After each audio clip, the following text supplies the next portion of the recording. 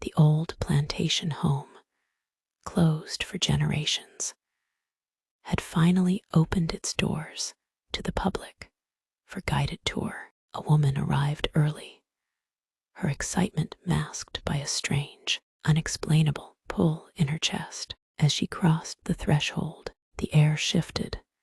It was heavy, watchful. The halls were long and dim, lined with portraits whose eyes seemed to follow each step. The dining room whispered of laughter, long faded, chairs tucked neatly, as if guests had only just risen.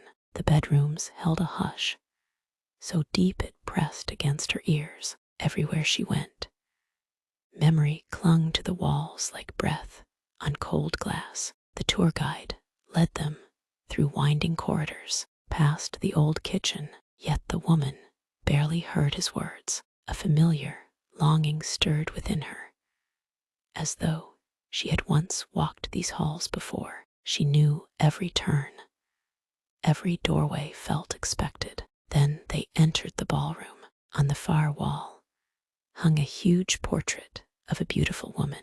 Her eyes were soft, sorrowful, and impossibly alive. The guide cleared his throat. "This," he said quietly, "the first lady of the house." He spoke of early years, filled with joy, music echoing through the ballroom, love blooming within the grand walls. But then his voice darkened.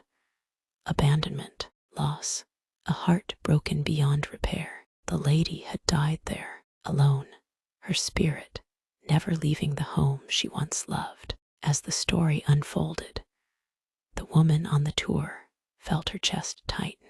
Breathing became difficult. Tears welled without warning.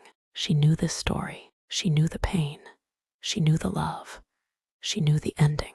But how? Her eyes locked with the painted woman's gaze, and for a fleeting moment she swore the portrait smiled, sadly, knowingly. The tour moved on, but the woman remained frozen, her reflection trembling in the glass of the portrait. Somewhere deep inside, a truth stirred. Some souls never leave the places where their hearts were broken.